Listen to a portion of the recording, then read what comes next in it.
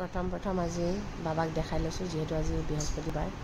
বাবাই যাতে সকলোৰে মংগল কৰে, বাবা জুবিন দাকো যাতে ন্যায় দিয়ে। আৰু ঘৰৰ এই অৱস্থা দেই, বস্তুৰে নোজোৰে। আকৌ কালি ডক্টৰ ছেটটো লৈ আহিছে, এইটো থ'বলৈ জেগা নাই। এফালে বস্তুৱে পেলাই দিবলৈ কৈছোঁ। ক'ত আকৌ ওপৰত উঠাইছে চাচোন।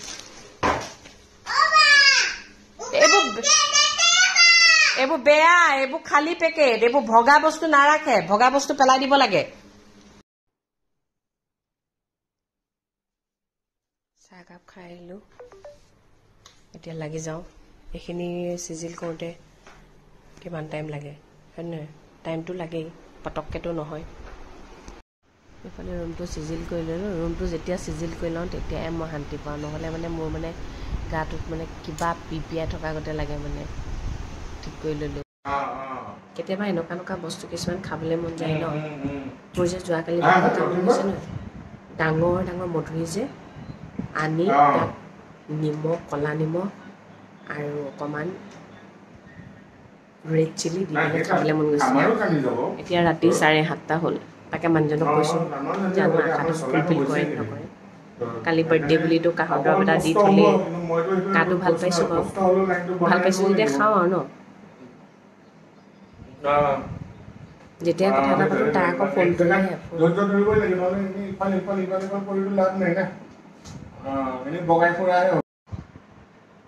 মুখখন কিমান সামৰি দেখিছে। তামোল খাই ভাল পাওঁ। আজি বৃহস্পতিবাৰ, ৰাগিয়াল বস্তু হয় ন, নাখাওঁ। চাই পিনে থৈ দিছোঁ, শুঙি থৈ দিছোঁ। সেইটোৱে, নিজৰ মনটোক কণ্ট্ৰল কৰিব পাৰিব লাগিব, নিজৰ ভালৰ কাৰণে। বৃহস্পতিবাৰ দিনটোত একেবাৰে দিনত নিমখ নাখাওঁ, একো নাখাওঁ, তামোল পাণ নাখাওঁ, একো নাখাওঁ। পানী আৰু চাহ খাই থাকোঁ। ফল মূলো নাখাওঁ মই, কাৰণ কেলৈ ব্ৰত ৰাখিছোঁ যেতিয়া ব্ৰতৰ নিচিনা পালন কৰিম। খাই বৈ ব্ৰত নাৰাখে, ভোকতো থাকিব নালাগে। কিন্তু ভোক নালাগে নহয়, যেতিয়া আপুনি শুদ্ধ অন্তৰে ভগৱানক মানিব নহয়, ভোকো নালাগে।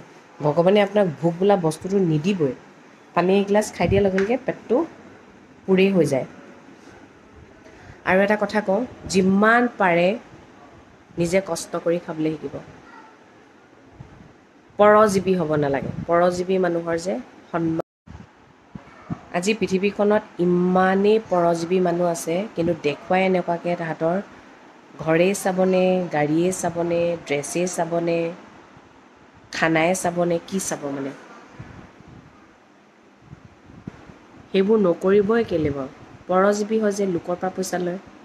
এতিয়া জুবিন দাৰ ঘৰত বোলে 4 কেজি 5 কেজি লোকেল মুৰ্গীয়ে বনায়, কাৰণ কেলৈ জুবিন দাই লোকেল মুৰ্গী খাই ভাল পাইছিলে। তাৰে কি কণনো তেওঁ ভাত খায়? তেওঁ যদি ভাত খোৱা মানুহে হ'লহেঁতেন, তেওঁৰ স্বাস্থ্যটো তেনেকুৱা হ'লহেঁতেন জানো? বাকী সোপা খোৱা মানুহে, এগাল পৰজীৱী। এতিয়া সেই পৰজীৱীগালটো লুকাই আছে ক'ৰবাত, সেইগালেও মুখা খোল খাব লাগে। পৰজীৱী হ'বও নোৱাৰোঁ, পৰজীৱী হৈ খাবও নোৱাৰোঁ। তাৰ আগতে মই মৰি থাকিম বুলিয়ে কৈ দিম ভাই।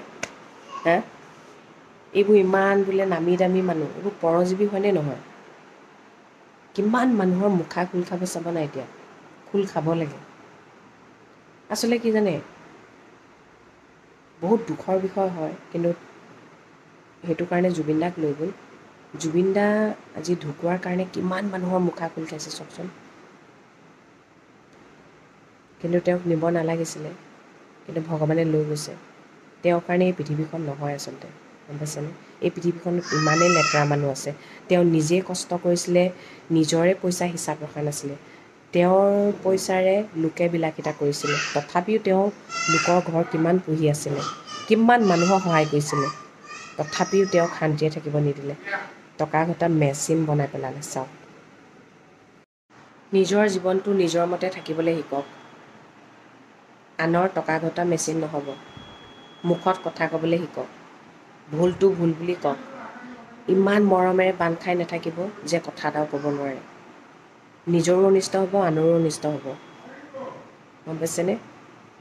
সেইকাৰণে মাত মাতিব লাগে, মাত মাতিব লাগে, যিহেতু জীৱন এটাই। মধুৰি খাব মন গৈছিলে যে মধুৰি লৈ আহিম আজি। এয়া মধুৰি নিব লাগিছে দেই। মধুৰি কেনেকৈ মধুৰি 160 টকা মধুৰি লৈহে আহিলোঁ দেই খাইহে ইমাৰ্জি ঠিকনা নাই মনৰ আশাটো পূৰ কৰি লওঁ মৰি যাব পাৰোঁ যে মধুৰি খাওঁ খাওঁ লাগি আছিলে যে কিনি আনিলোঁ এয়া কাটি লৈ মানে ৰখি থাকিব পৰা নাই মানে একদম কি মানে কেনেকুৱা লাগিছে নহয় যেন নাখালে মই মৰি থাকিম এতিয়া এয়া কাটি লৈছোঁ দেখাই দিম দেই এয়া চাওক ক'লা নিমখ ৰেড চিলি অকণমান দি দিছোঁ মাক দিলোঁ এইফালে আমাৰ ছোৱালী হৰলিক্স আৰু সেয়া খাইছে এয়া মই খাই লওঁ ঠিকনা নাই নহয় ৰাতিকৈ মৰি থাকিবও পাৰোঁ ন মনৰ আশাটো থাকি গ'লে বৰ ডাঙৰ কথা হ'ব সেইকাৰণে নাজানো আজি ৰাতিপুৱাৰ পৰা কিবা এটা হৈ আছে মানে কালিৰ পৰা হৈ আছে মধুৰি খাওঁ সেইকাৰণে খাই লওঁ দেই এই পৃথিৱীখনত নহয় যিবোৰ মানুহ পৰজীৱী হয় তাহাঁতৰ বেছি শ্ব' হয় চাবচোন লোকক ঠগি খোৱা বিধবোৰে বেছি মানুহক মানে সংস্কাৰৰ কথা শিকায় কিবা শিকায় সেনেকুৱা কৰে এটা কথা মানুহৰ হাত ভৰি নথকা মানুহো খুজি মাগি খাই বাই তথাপিও পৰজীৱী নহয় ন এইবোৰ কি বুলি ক'ম এতিয়া এইবোৰ ভদ্ৰ মুখা পিন্ধা মানুহ কিমান মানুহৰ মুখা খোল খাব ঠিকনা নাই কিমানৰ যে লিংক আছে এইবোৰত ন মই মুঠতে এটাই জানো মানে নিজে নিজৰ খাই থাক ভাই আনৰ পৰা খাইছোঁ যদি আনক অপকাৰ কৰিব নালাগে ন আজিকালি উপকাৰীক অজগৰে খাই বুলি যে কয় সেইটোৱে প্ৰমাণ আৰুনো কি আৰু ন ভাল মানুহ বেছিদিন জীয়াই নাথাকে ভাল মানুহক জীয়াই থাকিব নিদিয়ে ভাল মানুহৰ পৰা শুহি খাব মানুহো খাই পেলাব সেয়াই দিন আজিকালি যিবোৰ মানুহে নিজে কষ্ট কৰি খায় সেইবোৰ মানুহক মানুহে সন্মান নকৰে আৰু যিবোৰ পৰজীৱী হয় সেইবোৰৰ সন্মানবোৰ চাব নাই আচলতে সন্মান আজিকালি কিনে বুলি যে কয় টকাৰে সন্মান কিনে আমি তেনেকুৱা মানুহক সন্মানো নকৰোঁ কিন্তু ভালেই হৈছে ভগৱানে যি কৰে ভালেই কৰে আচলতে বহুত মানুহৰ মুখা খোল খাইছে কিন্তু এই মুখাখিনি খোল খাবলৈ যাওঁতে কিন্তু ভাল মানুহ এজন ঢুকাই গ'ল আৰু সেইটোহে বেয়া লাগিছে বাকী এতিয়া চবৰে মুখা খোল খাওক কিন্তু অসম ৰসাতলে যাব বুলি যে কৈছিলে অসমীয়াই অসমত ভগনীয়া হ'ব বুলি যে কৈছিলে আজি জুবিনদাৰ কাৰণে ন্যায় খুজিবলৈ যাওঁতে চাওকচোন এই নিৰী মানুহবোৰৰ ওপৰত গুলীচালনা কৰিছে কিমান ডাঙৰ কাম কৰিছে ন্যায় বিচাৰিবলৈ যাওঁতে অসমীয়াৰ হৈ মাত মাতিবলৈ যাওঁতে অসমতে তাকো